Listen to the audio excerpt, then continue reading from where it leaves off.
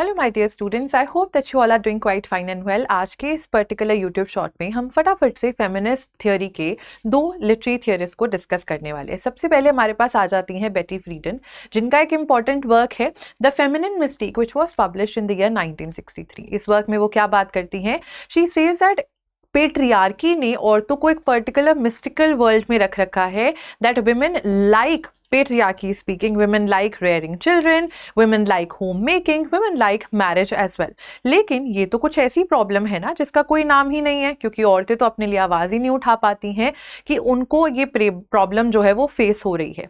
1950s के American suburbs में ये पर्टिकुलर थियोरी जो है, this is something that she got inspired by looking at the women of the American sphere suffering. उसके बाद आ जाती है हमारे पास Elaine Showalter. Now Elaine Showalter is one such person जिनके वर्क्स हम लोगों को देखने के लिए मिलते हैं, जिसमें सबसे इंपॉर्टेंट वर्क है अ literature of their own which was published in the year 1977।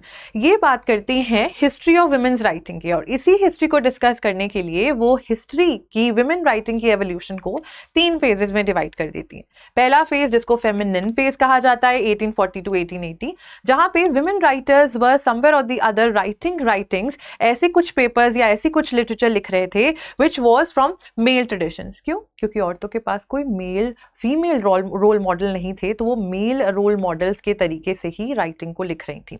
उसके बाद आता है आपका फेमिनिस्ट फेज फ्रॉम 1880 टू 1920, जिसमें women started protesting against patriarchy. तो इस समय का लिटरेचर हमें एज अ प्रोटेस्ट नजर आता है। उसके पास आता है female phase 1920 onward, search for female identity. हर एक औरत का सब्जेक्टिव एक्सपीरियंस के बारे में बात होती है इस particular the truest form of literature. She also is attributed with coining the term gynocriticism which tries to focus on women as writers, right.